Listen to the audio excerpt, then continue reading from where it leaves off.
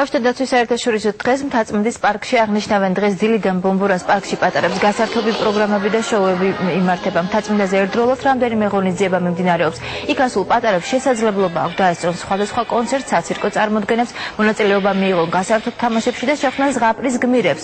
ბომბურას საბავშვო ღონისძიებას ერთი კვირის განმავლობაში უმასპინძლებს. დღეს იქ მიმდინარე ღონისძიებებს 200-მდე სოციალურად დაუცველი ბავშვიც დაესწრო.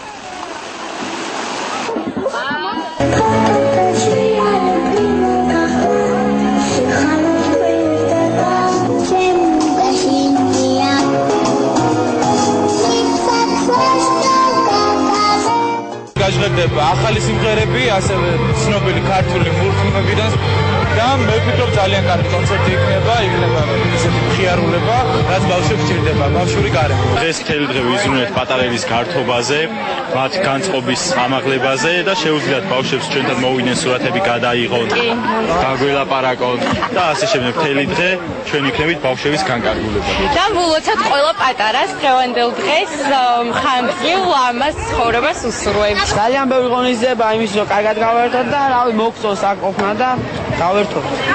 სხვადასხვა პროფესიების შესრულება შეგიძლია და სტიკერები უნდა მიიღო და მე რაღაცებს გაძლევენ. ჩვენ განსაკუთრებულ ყურადღებას ვაქცევთ სრულიად მოკლებულ ბავშვებს, რომელთაც იგივე უფლება აქვს სიხარულის, ბედნიერების, როგორც ნებისმიერი ოჯახის ბავშვს. დღესაც ამ ადგილას 200-ზე მეტი ამ კატეგორიის ბავშვი არის მოსული და ვფიქრობ დაუვიწყარ სიხარულს იღებენ.